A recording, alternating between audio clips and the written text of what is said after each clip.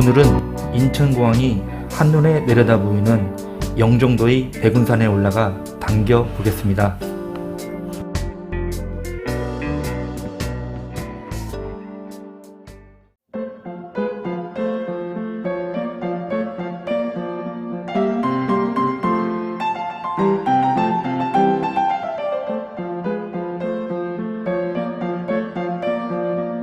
강원도 원주시와 정선군, 경기도 포천시와 의왕시, 전남 광양시와 완도군, 경남 함양군 등 전국 각지의 산 이름 중 가장 많이 쓰이는 산 이름이 백운이라는 이름이 붙은 산입니다. 전국의 웬만큼 높은 산에는 종종 흰 구름이 걸쳐 있고, 그런 산에 자연스럽게 백운이라는 이름이 나름 어울려 붙인 것이라 생각됩니다. 그런데 그리 높지도 않은 영종도 이 산이 구름이 걸쳐있는 백운이라는 이름이 묻혀있는 산이 되었습니다. 이곳 영종도에 국제공항을 계획할 당시 너무나 잦은 해무 때문에 공항으로서의 기능에 문제가 생길 수도 있다는 반대 여론이 있을 정도였습니다. 해무를 흰 구름으로 여기면 섬에서 가장 높은 이 산에 백운이라는 이름을 붙인 연유가 될 수도 있을 것입니다.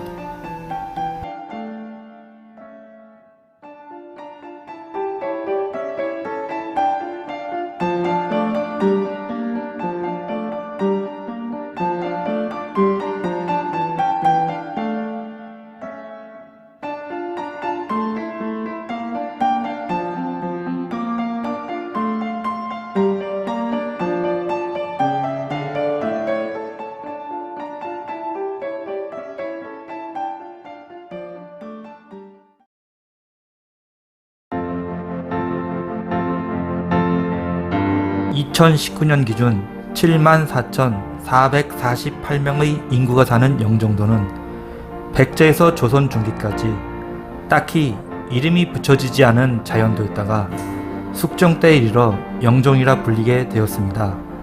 육지에 비해 여러가지 생활상의 제약을 받을 수밖에 없었던 섬 영종도는 용유도, 삼목도, 신불도 등과 인접 간석지를 매립하여 국제공항이 들어서고 세계와 우리나라가 가장 빨리 오가면서 연결되는 관문이 되었습니다.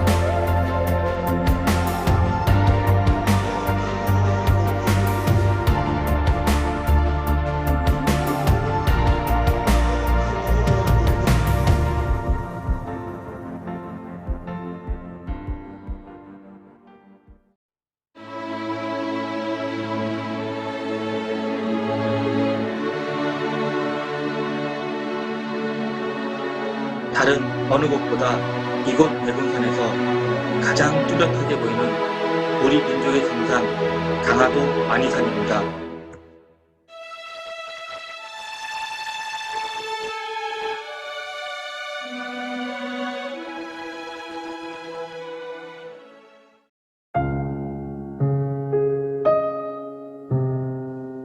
영종도의 북쪽에 위치한 신도는 그 뒤쪽에 있는 시도 오도와 함께 다리로 육지와 이어지지 않은 섬 자체의 낭만을 즐기려는 관광객들이 많이 찾고 있습니다.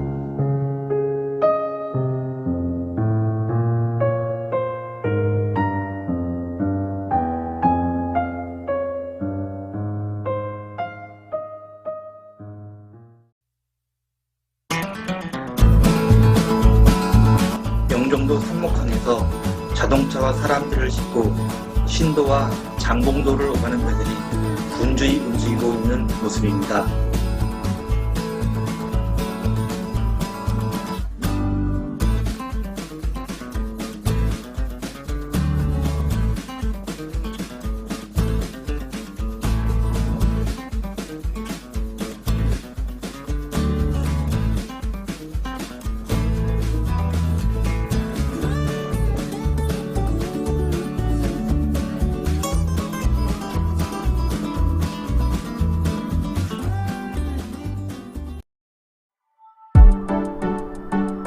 우리나라 최대의 공항이자 국제공항협의회가 주관하는 세계공항 서비스 평가에서 12년 연속 세계 최고 품질 서비스를 제공하는 공항으로 선정된 인천국제공항은 우리나라의 자랑거리가 아닐 수 없습니다.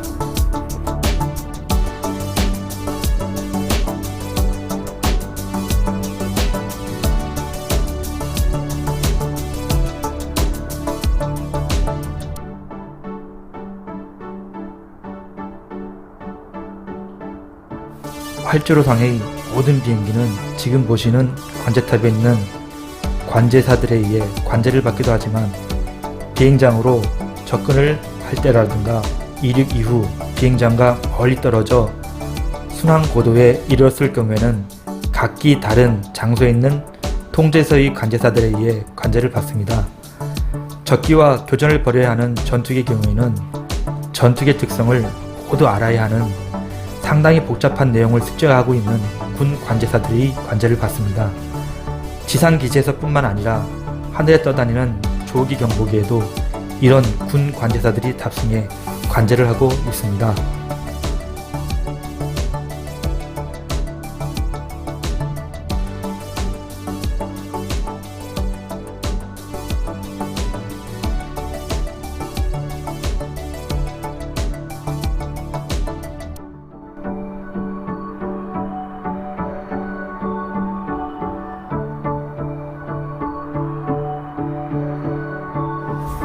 승객이 없어 여객기들은 비싼 비용을 물어가며 주기되어 있는 반면에 화물기들은 짐을 싣고 내기에 바쁜 모습입니다.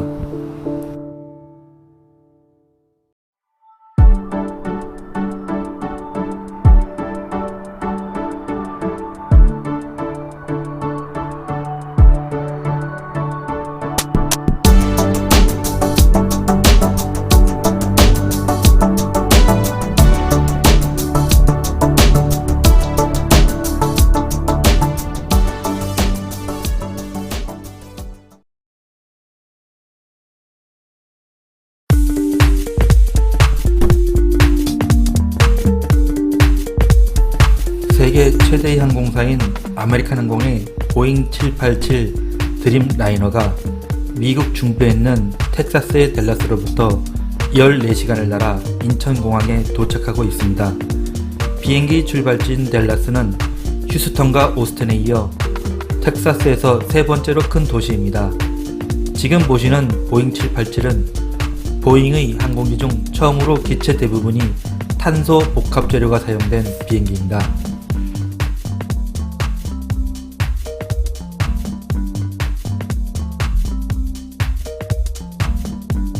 캐나다 온타리오주의 주도인 토론토에서 13시간을 날아온 에어 캐나다의 보잉 777-333ER입니다. 토론토는 캐나다에서 가장 큰 도시입니다. 이 토론토의 야구팀 블루 제이스의 우리 유현진 선수가 활약하고 있죠. 보시는 기종은 에어버스 A380과 보잉 747, 에어버스 A340-600 항공기 다음으로 네 번째로 큰 항공기입니다.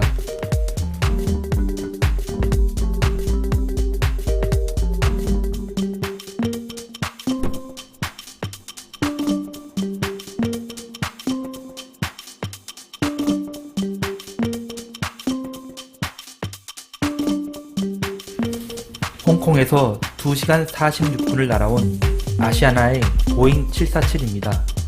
747은 큰 덩치답게 착륙하는 모습도 중후하고 육중한 멋이 있습니다. 객실 쪽에 창문이 없으니 화물기가 막겠죠?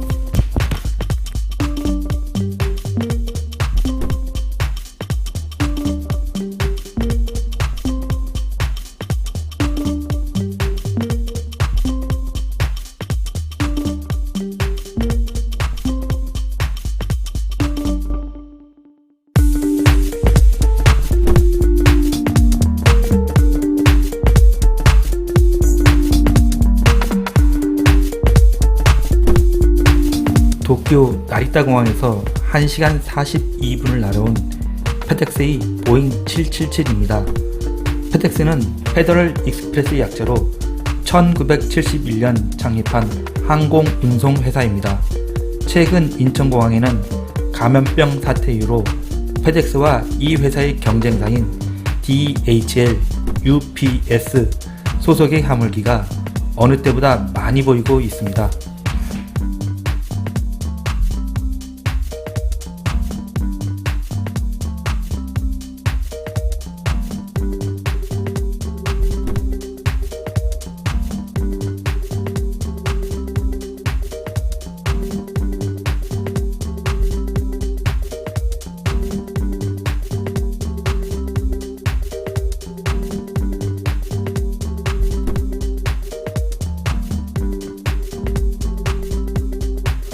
홍콩에서 날아온 서던에어의 보잉 777 화물기입니다. 서던에어는 미국 노워크와 앵커리지를 근거지로 하는 화물 항공사입니다.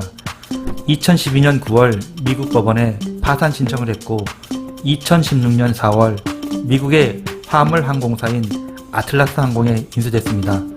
서던 항공사의 뒤쪽 부분에 DHL 항공의 로고 도장이 입혀진 것은 2011년부터 DHL과 항공 물류 운송 계약을 맺고 DHL의 화물을 배달 서비스하고 있기 때문입니다.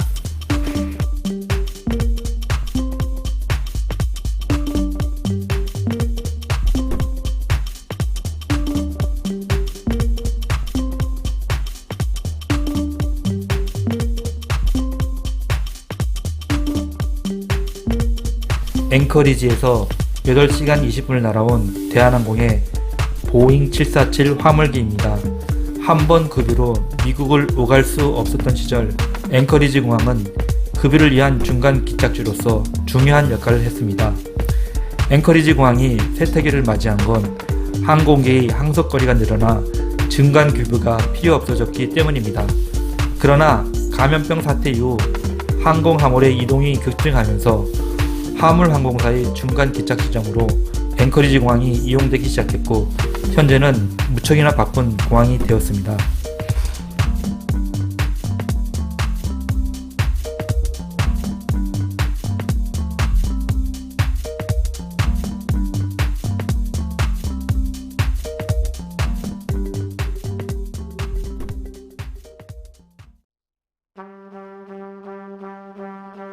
대한항공의 에어버스 A330이 이륙을 합니다. 에어버스 A330은 유럽의 세 나라, 영국, 프랑스, 스페인이 공동으로 출자한 회사인 에어버스가 보잉 767에 대항하기 위해 개발한 중형 항공기입니다. 이 기종은 항속거리와 연비가 뛰어나 우리나라의 대한항공과 아시아나항공, 에어프랑스 등 많은 항공사에서 운영하고 있습니다. 특히 우리나라 공군이 사용하고 있고 최근 아프간 난민 탈출 작전에 사용됐던 KC-330이라는 공중급유기는 이 기종을 베이스로 한 군용기입니다.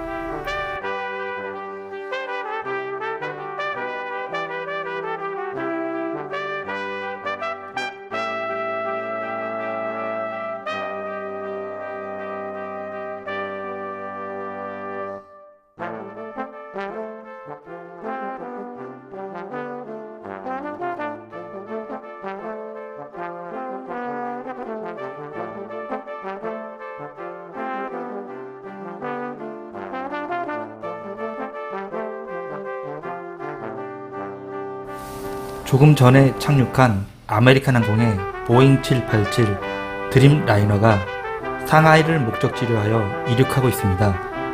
원래 댈러스에서 상하이까지 가는 비행기였는데 인천공항이 중간 경유지였나 봅니다. 이륙할 때 유선형의 날개가 무척이나 날렵해 보입니다.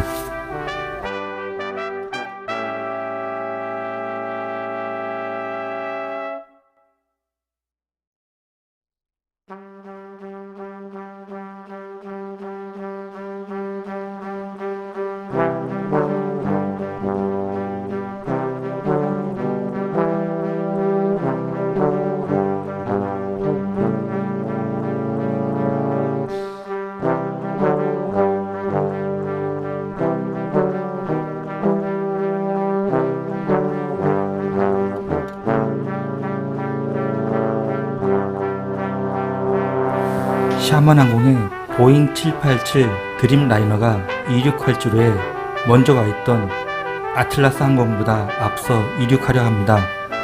샤먼항공은 중국의 푸젠성 내 최대 도시인 샤먼, 한자를 우리말로 하면 하문을 근거지로 한 항공사로 중국 남방항공이 60%의 지분을 갖고 있습니다. 샤먼항공의 보잉 787이 목적지로 하는 하문은 타이완과 인접하고 있으며 1841년 아편전쟁으로 영국에 점령당해 난징 조약으로 개항을 했습니다. 이후 우롱차의 수출로 유명했다가 중국의 개혁 개방 정책을 통해 타이완 연안의 화교 자본으로 큰 발전을 이룬 도시입니다.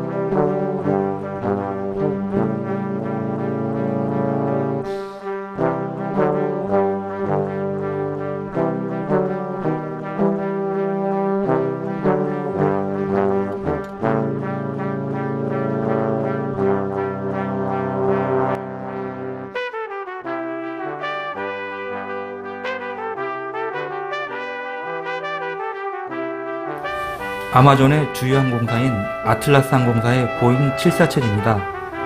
아틀라스 항공은 페덱스와 UPS에 이어 미국 내 제3위 화물 항공사입니다.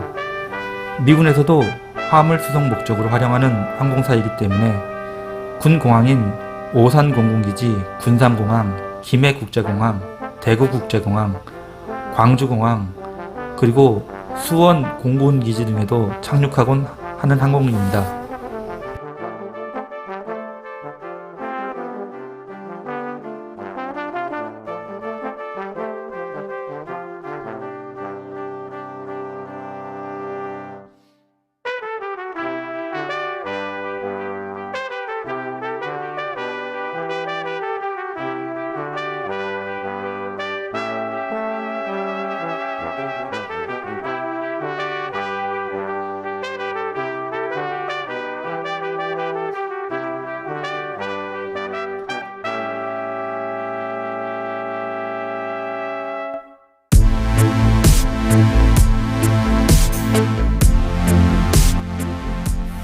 백운산 하늘 위로 김포에서 이륙해 제주로 가는 진에어의 보잉 737이 날아가고 있습니다. 북서풍이 불 시간대에 김포공항에서 이륙한 비행기들은 김포에서 기숙각을 넓게 돌릴 경우 영종도 상공을 지나 목적지인 남쪽이나 동쪽으로 날아갑니다.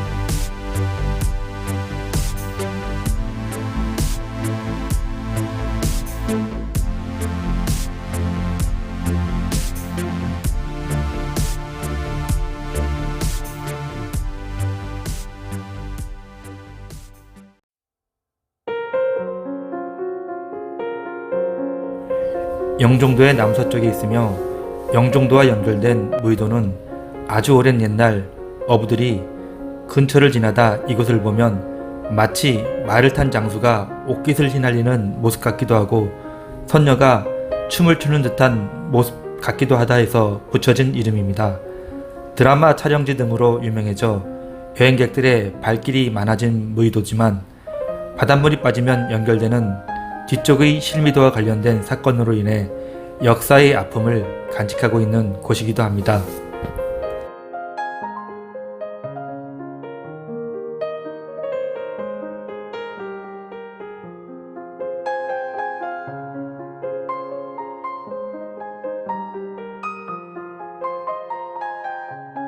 인천광역시 옹진군에 속해 있는 영흥도는 한국 남동발전이 화력발전소를 건설하며 함께 건설한 영흥대교와 육지로 이어졌습니다.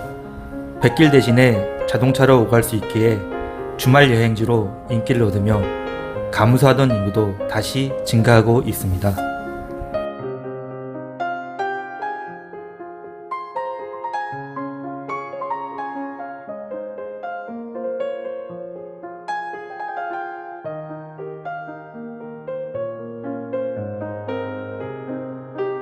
단순한 다리가 아니라 미적으로 완성도를 높인 예술작품이라 해도 무방한 바다의 기적 인천대교입니다.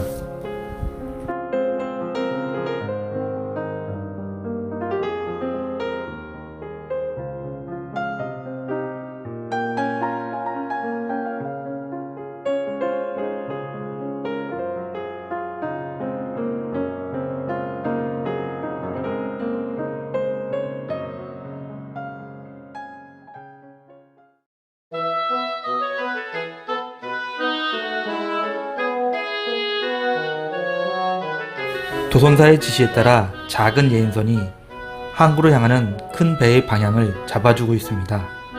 항구에 입항하는 500톤 이상의 외항선에는 반드시 도선사가 탑승해야 합니다.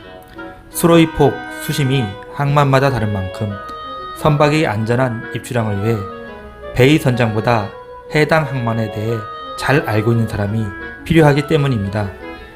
인천항은 항로가 길고 조로가 빠르며 안개도 자주 발생합니다. 거기에 조수 간만의 차가 높아 물이 채워진 항구 안으로 배를 들이기 위해서는 좁은 관문으로 배를 통과시켜야 하기에 도선이 매우 까다로운 항만이랍니다.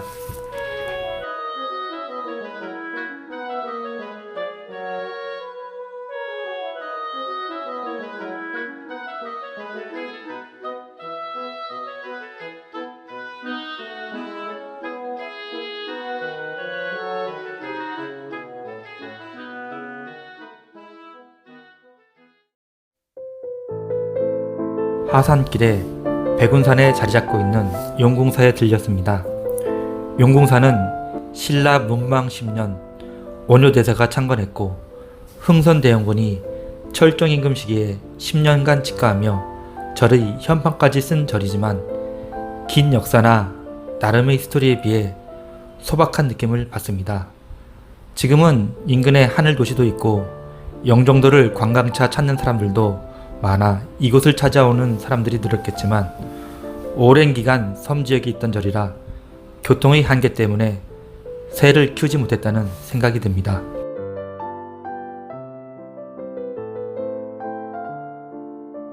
용궁사는 확장을 위한 개보수 공사를 하고 있었습니다. 현판에 대웅보전이라 써있는 곳에 임시적으로 부처님을 모신 것으로 보입니다. 원래 대웅보전은 대웅전에 비해 한 단계 더 격을 높은 전각입니다. 대개의 경우 대웅전에는 가운데에 부처를 모시고 좌우측에는 부처님을 돕는 협시보살로 많은 경우 문수보살과 보현보살을 모시는 형태입니다. 부처님의 좌우측에 미륵불이나 연등불 등 세 분 모두 부처님을 모시고 있는 것을 대웅보전이라 합니다.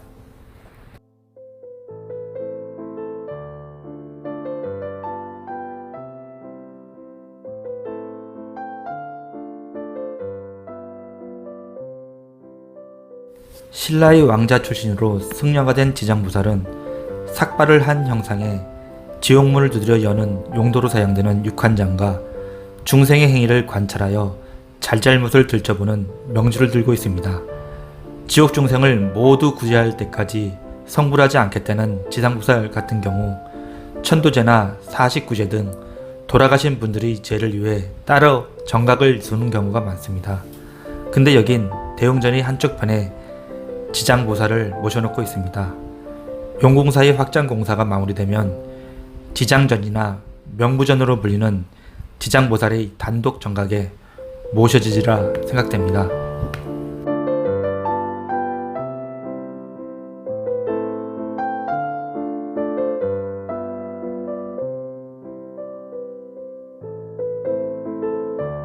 용궁사에는 관세음보살, 문수보살, 지장보살, 보현보살이라는 4대 보살 중 가장 인기가 많은 관세음보살을 모신 관음전이 마련되어 있습니다. 관세음보살상 뒤에는 중생을 돕기 위해 여러 모습으로 나타나 고난에서 안락의 세계로 이끌어주며 자비를 상징하는 관세음보살이 보름달처럼 물 위에 떠있는 형상을 그린 수월간음도가 있습니다. 이 수월간음도는 1880년 축연과 종연이라는 화승이 3폭의 비단을 이어 그렸다고 합니다. 관세음보살의 좌측에는 남순동자가 우측에는 해왕 영상이 보필하고 있습니다.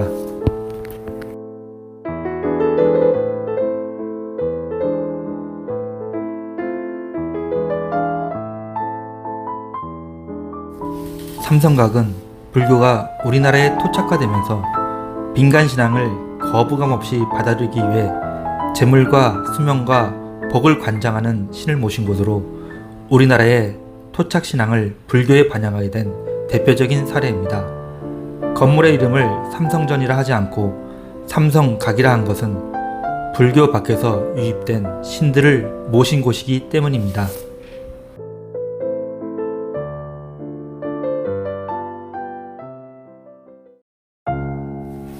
용궁사 마당에 있는 1300년 된 느티나무인 할머니 나무와 할아버지 나무를 보여드리는 것을 끝으로 마무리 지으려 합니다. 지금까지 미흡한 영상 시청해주셔서 감사합니다.